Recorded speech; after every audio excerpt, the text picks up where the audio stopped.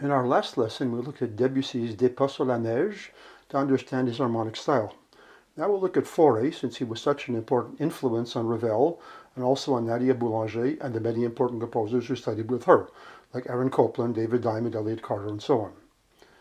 Fauré's harmonic style is essentially a kind of enlarged tonality, but not in the chromatic Wagnerian sense, but rather in the way he explores what I call linear harmony. For the many composers today who want to write new tonal music, the techniques used by Fauré open many fascinating possibilities. Fauré was certainly a major influence on my own harmonic language. Fauré's harmony is firmly based in traditional tonal harmony, but he incorporates numerous details that define his own style. What's interesting is how, just by using some notes that are not quite what we would expect, the music makes sense without being formulaic. The secret to why these changes work so well is in the voice leading. Voice leading, how one note leads to the next, is based on the fundamental principle of how we hear.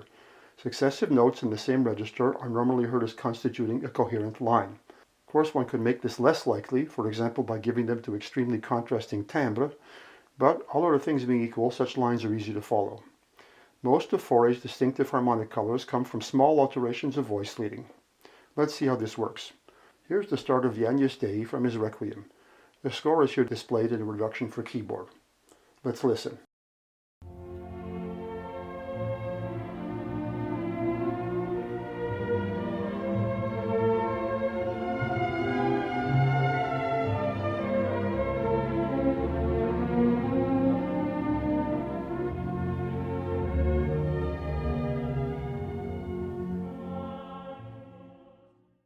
Now, for comparison, here's the same passage, but where I've harmonized the same bass line in a standard tonal way. I've also altered the main melodic line where necessary to make it fit the more conventional harmony.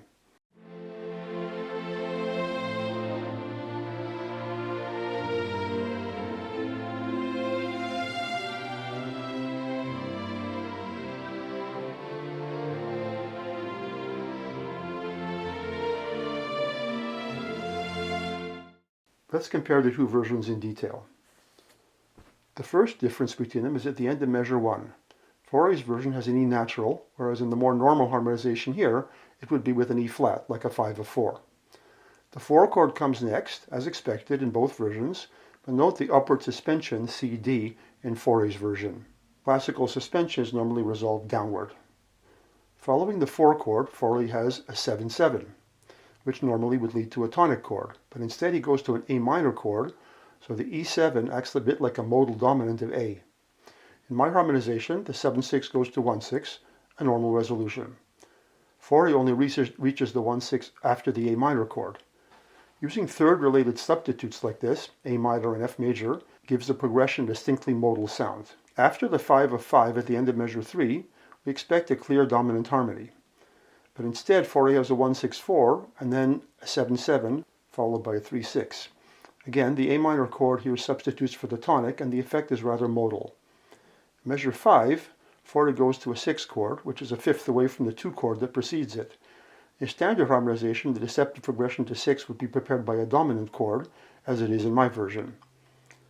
The harmonic progression in the next bar, from 6 to 1-6 to 5, is not unusual, but note the D in the melody, which acts as a preparation for another rising suspension resolving up to E.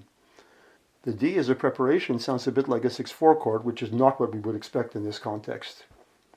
Then in the cadential bar, Fauré has 6-7 on the second beat going to a 5-9, resolving up to the tonic. In my version, the cadential production would just be 4-6, 5-7, and 1. So we can see here there's a lot of substitution going on in the details of his harmonic progressions, where one note of the following chord colors it differently than one we would expect. All of these substitutions arrive via smooth voice leading, usually conjunct, so they never sound like random surprises, and the overall combination of these details contributes a lot to Fauré's sound. Later in the movement, Fauré has more contrasting harmony. Let's look at measure 38 to 50.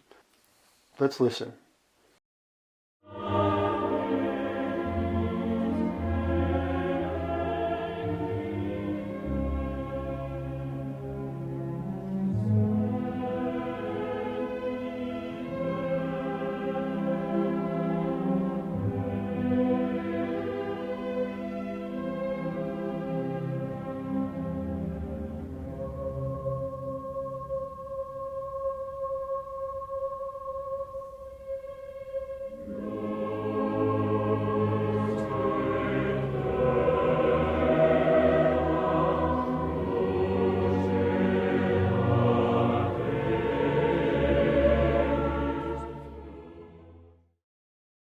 Measures 38 to 40 modulate from F major to C major and then cadence in the latter key.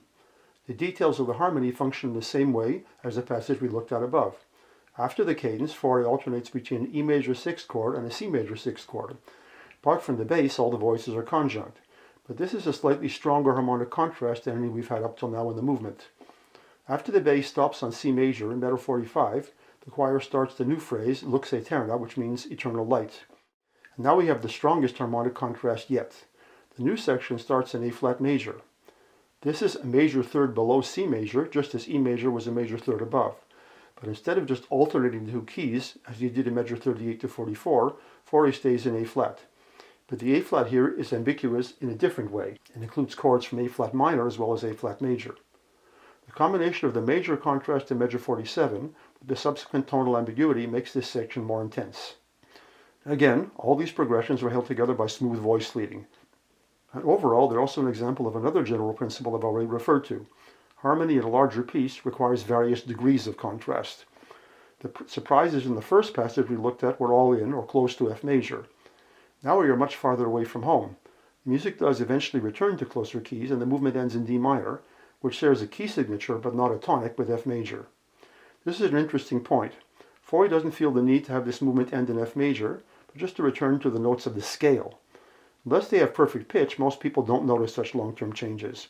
But everybody notices local continuity and varying degrees of short-term contrast. So these are extremely important, even when the overall tonality is called into question.